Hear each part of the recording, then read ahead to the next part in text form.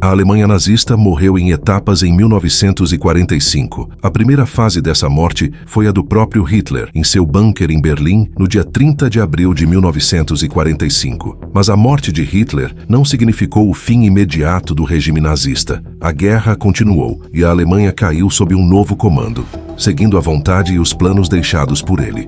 O novo governo nazista foi estabelecido em Flensburg, no norte da Alemanha, sob a liderança do grande almirante Karl Dönitz, antigo chefe da Marinha, e sobreviveu mesmo após a rendição alemã em 8 de maio. Na prática, o governo de Dönitz resistiu sob o olhar atento dos britânicos até 23 de maio de 1945, quando foi dissolvido em uma operação militar britânica chamada Blackout. Essa situação foi tolerada pelas autoridades britânicas porque Dönitz cooperava no processo de desarmamento e entrega das grandes forças alemãs ainda presentes no norte da Alemanha e na Dinamarca. Churchill permitiu que a farsa se estendesse por 3 semanas após a rendição. Com a prisão do governo Dönitz, já não havia governo nazista ativo na Europa, mas o partido nazista ainda funcionava em outro lugar distante, na China, de todos os lugares.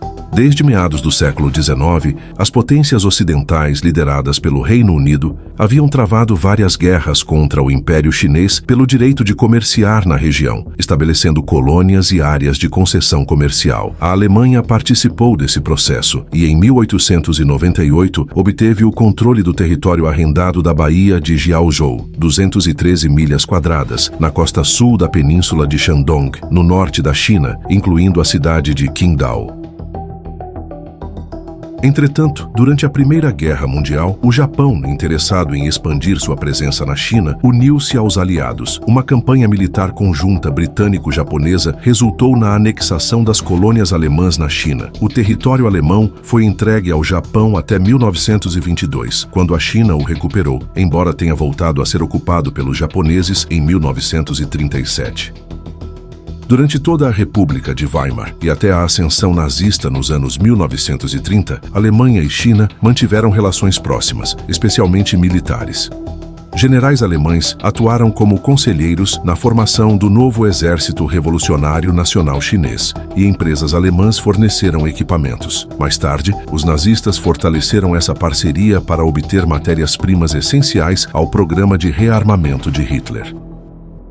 Apesar de perder suas colônias, muitos alemães permaneceram vivendo na China e ainda mais emigraram para lá nas décadas de 1920 e 1930, especialmente para Xangai, um porto internacional famoso. O governo chinês não exercia controle sobre a parte estrangeira da cidade, que se dividia em 2 áreas distintas: o assentamento internacional, formado pelas concessões estrangeiras unificadas, e a concessão francesa, uma colônia diretamente administrada a partir de Hanoi, na Indochina francesa.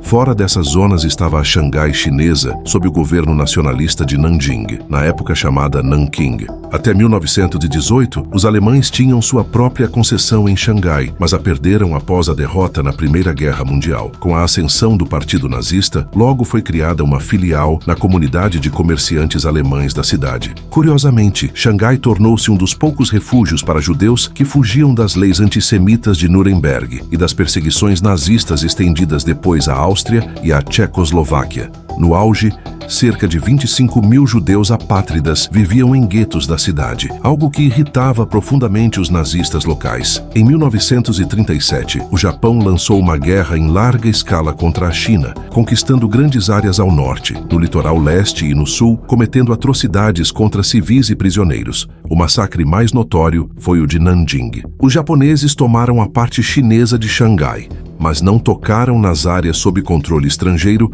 que mantinham neutralidade. Dentro da comunidade alemã, o Partido Nazista se organizou. Dos cerca de 4.500 alemães na cidade, muitos integraram grupos como a SA, Camisas Pardas, a Hitlerjugend, Juventude Hitlerista, e a BDM, Liga das Jovens Alemãs.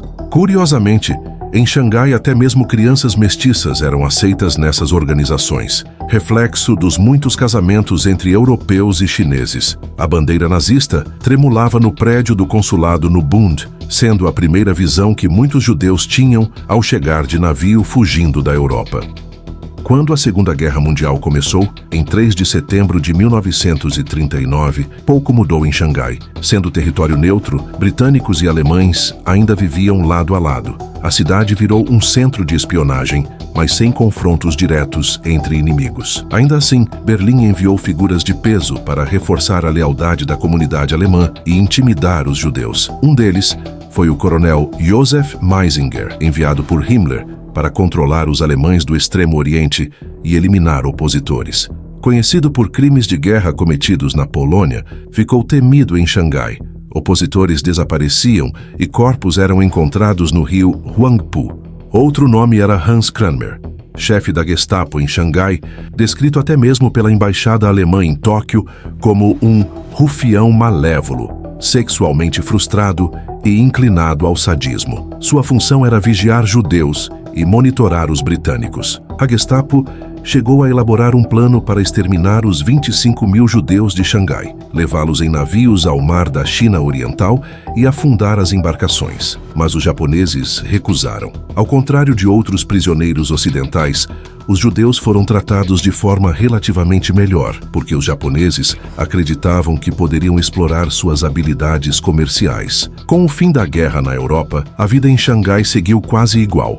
Em agosto de 1945, mais de 3 meses após a morte de Hitler, a Associação de Residentes Alemães em Xangai realizou eleições.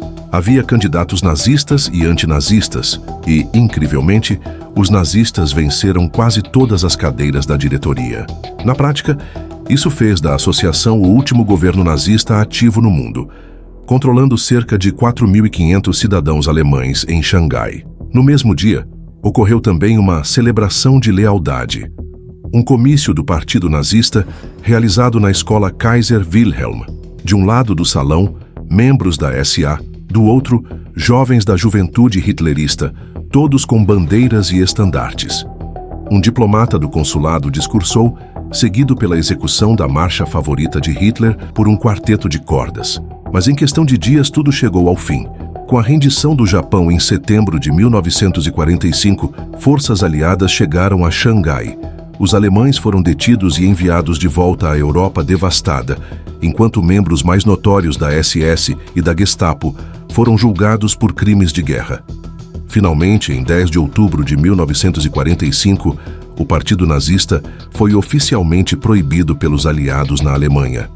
O que restou foram as ruínas, cidades em escombros, milhões de mortos e a marca eterna do Holocausto.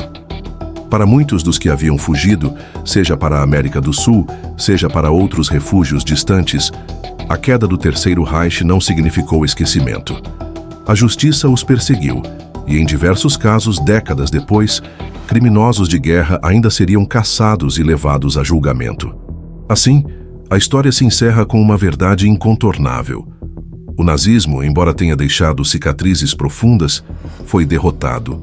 O partido que um dia incendiou a Europa desapareceu oficialmente em 1945, provando que regimes construídos sobre ódio, violência e opressão não resistem ao peso da própria barbárie.